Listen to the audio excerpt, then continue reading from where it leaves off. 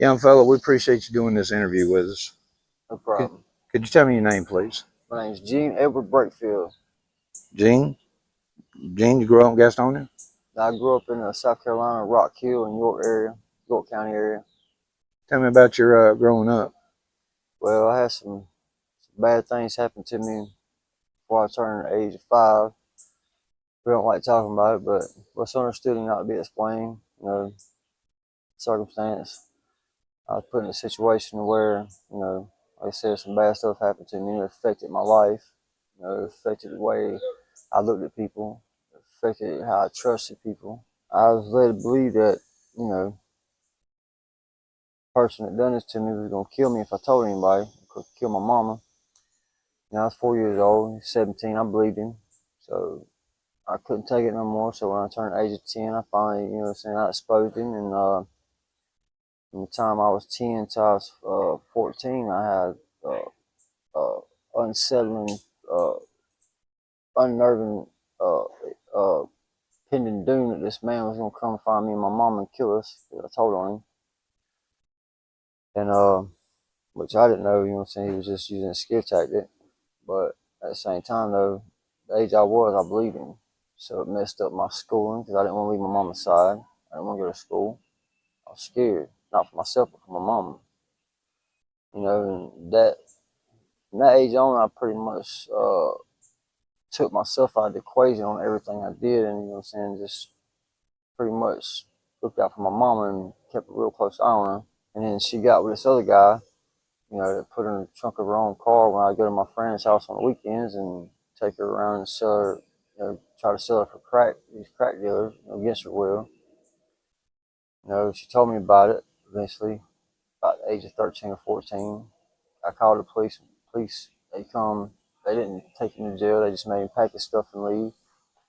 A couple nights later, I'm going to the bathroom about 2 o'clock in the morning, and I see a light flash in the backyard. And I looked out there, and I seen her ex-boyfriend. He tried to burn us up in the trailer that night. He stuffed newspaper in the crawl space and lit it. Well, what saved us was he shut the crawl space, and the oxygen couldn't get to the flames, so it extinguished it by the grace of God. Called the police. They didn't do nothing about it. So me and my mother packed our stuff right then. We left York County and moved to Horry County, Myrtle Beach. And that's where last place I felt fear at was Myrtle Beach, South Carolina. I was introduced to a street gang. So I got my initiation. And then on out, probably pretty much, tell what happens in drugs, violence, the whole nine. Eventually turned to drugs, started dealing drugs. And I started being an enforcer, being security at trap houses, being a pretty rough fella. And we came back, well, my mom married a pagan, which is a motorcycle gang.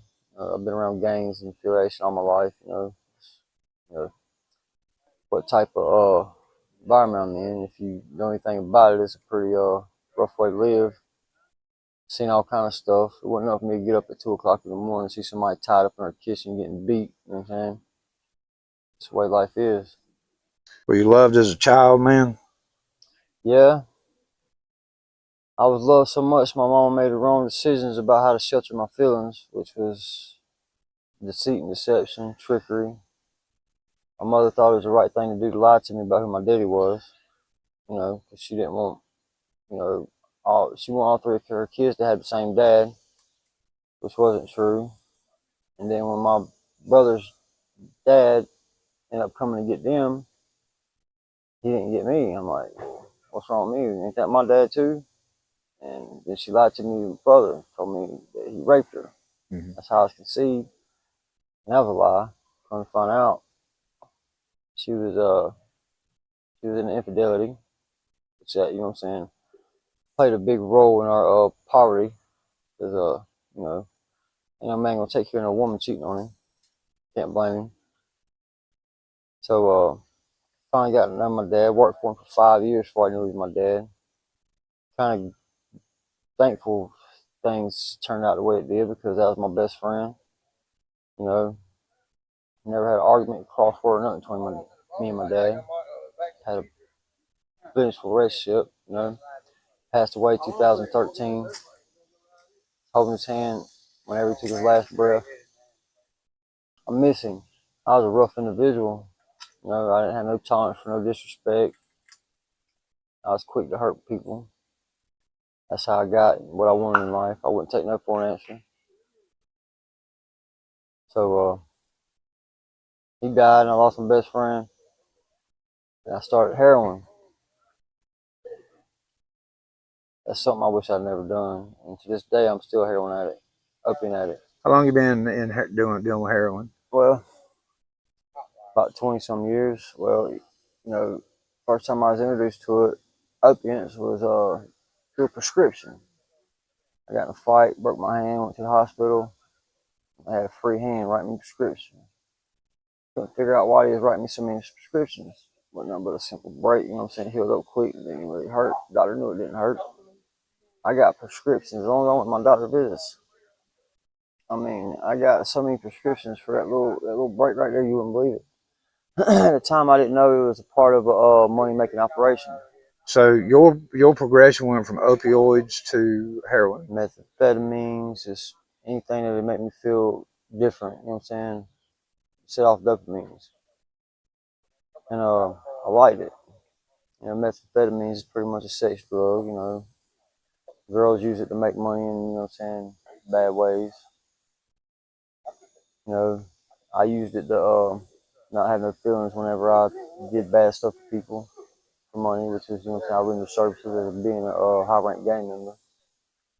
You know, somebody needed somebody touched or somebody needed to prove a point, I was the man for that job. I got the message through. Tell my kids one time to do something. I wouldn't tell a grown man twice to do anything. You know, I used to rule my kids. I didn't realize this, and this is the last time I ever did it. My boys were 3, 4 year old running through the house playing. That's all they were doing. And I'd snap my finger, and I don't care where they were, they would come find out what daddy wanted. Right. And when I realized I was raising my children that way, I stopped. Uh, How do you support your habit now? Any way I can. Right now I'm on a Subutex regimen. I feel good about it. I don't have to go out here and chase no dope. I have money for food now, cigarettes, whatever else I need. I got a good bit of help from my affiliation. You know, they're all good people, but they got good hearts and they love their brothers. Anybody outside, you know what I'm saying, our gang is pretty much expendable. That's how it works. Any organization. I understand that. Police, the government, you know, and they can't really blame us for being that way because they're the same way. Brotherhood. Yep. Is this lifestyle dangerous? Most definitely. How so? You wouldn't believe the stuff I've done to people. I've had to do to people. I didn't have no choice. Spent a lot of time in South Carolina prison. You're affiliated in South Carolina, you go to prison. If a high rank gives you a knife and tells you you want to room and stab somebody, and you tell them no, they're going to put that knife in you. So it's either do or die. What was you in prison for? Violence. Probably 11 years altogether. Been in prison 5 times. You know, All of them violent. yeah. A couple armed robberies. Been investigated for a couple homicides, which I ain't had nothing to do with. Yeah. Have you ever overdosed? One time, Tell me about it. well, I was working at labor refiners in Rock Hill. Got done with the job that day. Came in, got a check, went to the store, cashed my check. There's a little trap house right beside the labor refiners. Convenient. So I walked next door and I really wouldn't, you know what I'm saying? I kind of steered away from opiates at this point, you know what I'm saying? It was really on methamphetamines because I ain't like being sick. Stupidest damn thing anybody could ever do is flick that on herself. But hey, you know, it feels good. Well, there was a guy there. I was like, y'all don't know where TAR's at, you know what I'm saying? I couldn't find nothing else. He's like, well, I got a slack bag of fentanyl.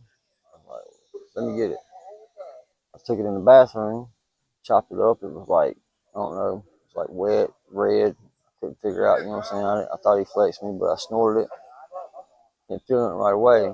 Cleaned my mess up, went in the living room. Kind of felt like, I felt it coming on real intense. So I was going in the bedroom to ask this girl if I could buy a $5 hit of crack rock. I hope it'll let me out, you know what I'm saying? I didn't make it. I woke up. I was in the back of the ambulance. But while I was out,